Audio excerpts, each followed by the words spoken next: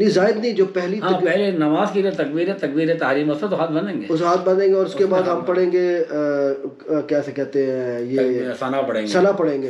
ثنا پڑھنے کے بعد آپ اگلی 2 تکبیریں جو ہوں گی اس کے اندر ہاتھ آپ پھر چھوڑیں گے، تیسری تکبیر پہ ہاتھ باندھ لیں گے، اور باندھنے کے بعد جو ہے آپ الحمد شریف اور الحمد شریف بسم اللہ پڑھے، اعوذ باللہ بسم اللہ پڑھے گا، الحمد شریف شروع کر دے گا، پھر سورت کی تلاوت کرے گا، ٹھیک اس کے بعد پھر رکوع میں چلے جائیں گے، ٹھیک ہے. کیونکہ 3 تکبیریں پہلے ہو چکی ہیں.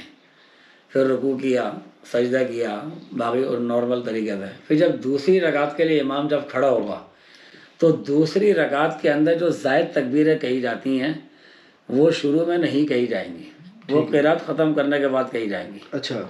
یعنی دوسری اور پہلی رکعت میں تکبیروں کے کہنے کی جگہ جو ہے نا مختلف ہے. اچھا.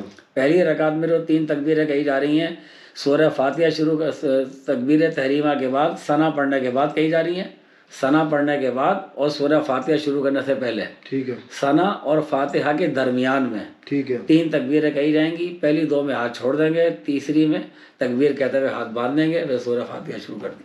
اب دوسری رکعت کے اندر جب آپ آ رہے ہیں تو دوسری رکعت کے اندر آپ نارمل طریقے سے نماز پڑھیں گے، شروع کریں گے، کھڑے ہو گئے، سورہ فاتحہ پڑھی، سورت پڑھی. اب جب رکوع میں جانے کا وقت آ گیا تو رکوع میں جانے سے پہلے پھر اب آپ نے 3 تکبیریں کہنی ہیں، ٹھیک ہے، اور اس میں تینوں کے اندر ہاتھ چھوڑ دینا، ٹھیک ہے، اور پھر اس کے بعد رکوع، اس کے بعد پھر رکوع میں چلے جائیں گے، باقی نماز اسی طرح پوری کریں گے. اچھا مفتی صاحب یہ بتائیں کہ کیا اس کے اندر جو مولوی صاحب ہوتے ہیں جو نماز پڑھا رہے ہوتے ہیں وہ مخصوص سورہ پڑھتے ہیں اس کے اندر؟ جی ہاں بالکل، مخصوص کوئی سی بھی ویسے تو پڑھتے ہیں لوگ، پڑھ لیتے ہیں. اچھا. قرآن کریم میں آپ کو اللہ تعالیٰ نے اجازت دی ہے کہیں سے بھی پڑھ سکتے ہیں، لیکن جو رسول اللہ صلی اللہ علیہ وآلہ وسلم کی سنت ہے وہ جو ہے نا دوسری ہے. اچھا. حضرت عمر رضی اللہ تعالیٰ عنہ سے روایت ہے یہ، اور انہوں نے ایک اور صحابی حضرت ابو واقد لیثی رضی اللہ تعالیٰ عنہ سے حضرت عمر نے پوچھا کہ رسول اللہ صلی اللہ علیہ وآلہ وسلم عیدین کی نماز میں کون سی صورتیں پڑھا کرتے تھے؟ تو انہوں نے فرمایا کہ رسول اللہ صلی اللہ علیہ وآلہ وسلم عید کی پہلی رکعت میں سورہ قوف پڑھا کرتے تھے. سورہ قوف یہ پارہ 26 میں پارے کی آخری صورت ہے، اور اس صورت کے بارے میں یہ بھی آتا ہے کہ عام طور پہ رسول اللہ فجر کی نماز میں جمعرات کے دن، اور بعض روایت میں جمعہ کے دن آتا ہے، آپ فجر کی نماز میں عام طور پہ یہ صورت پڑھا کرتے تھے، اور اکثر و بیشتر بھی آپ یہ صورت فجر میں آپ پڑھا کرتے تھے. ایک صحابی کا بلکہ ارشاد ہے کہ رسول اللہ سے یہ فجر کی نماز میں سن کے مجھے یہ صورت یاد ہو گئی.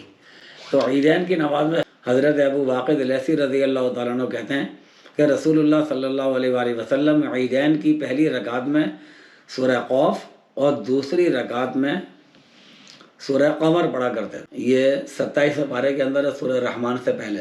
اچھا. اسی طرح دوسری روایت کے اندر جمعہ کی نماز میں اور عیدین دونوں رکعت کے اندر بارے میں حدیث کے اندر آتا ہے کہ رسول اللہ صلی اللہ علیہ وآلہ وسلم پہلی رکعت میں سورہ اعلیٰ سبح اسم ربک الاعلیٰ اور دوسری رکعت میں سورۃ الغاشیہ پڑھا کرتے تھے. یہ خاص طور پہ عید کی نماز ہے. اچھا مولوی صاحب اس میں ہمیں یہ بھی تھوڑا سا بتائیں کہ عید کی نماز میں خطبہ پڑھا جاتا ہے، اس کے بارے میں تھوڑا سا آگاہی دیں ہمارے دوستوں کو. ہاں، عیدین کی نماز میں 2 خطبے پڑھے جاتے ہیں، اور وہ خطبے نماز کے بعد پڑھے جاتے ہیں. ٹھیک. جمعہ کی نماز میں بھی 2 خطبے ہوتے ہیں، لیکن جمعہ کے خطبوں میں اور عیدین کے خطبوں میں یہ فرق ہے کہ جمعہ کے خطبے نماز سے پہلے ادا ہوتے ہیں، اس میں بھی 2 خطبے ہوتے ہیں، اور عیدین میں بھی 2 خطبے ہوتے ہیں. لیکن جمعہ کا خطبہ جمعہ کی نماز سے پہلے ہوتا ہے، دونوں خطبے، اور عیدین کے خطبے نماز کے بعد پڑھے جاتے ہیں. اس کے بعد پھر خطبہ جو شروع ہوتا ہے وہ تکبیرات تشریق کے ساتھ ہوتا ہے. ہم چاہیں گے کہ اپنے ناظرین کے لیے تکبیر تشریق بھی ایک دفعہ پڑھ دیں تاکہ لوگوں کے لیے آسانی ہو جائے، جو سننے والے اس کو یاد کر لیں.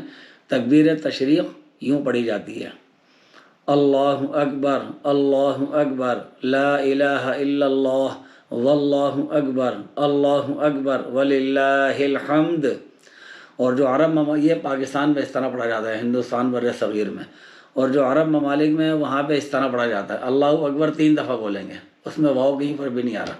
اللہ اکبر اللہ اکبر اللہ اکبر لا الہ الا اللہ اللہ اکبر وَلِلَّهِ الْحَمْدُ۔ چلے بہت بہت شکریہ بھائی صاحب، آپ نے ہمیں آج اس حوالے سے آگاہی دی۔ اگلے پروگرام تک کے لیے ہمیں اجازت دیجیے، اور جن لوگوں نے ہمارا چینل سبسکرائب نہیں کیا کائنڈلی سبسکرائب کر دیں بھائی۔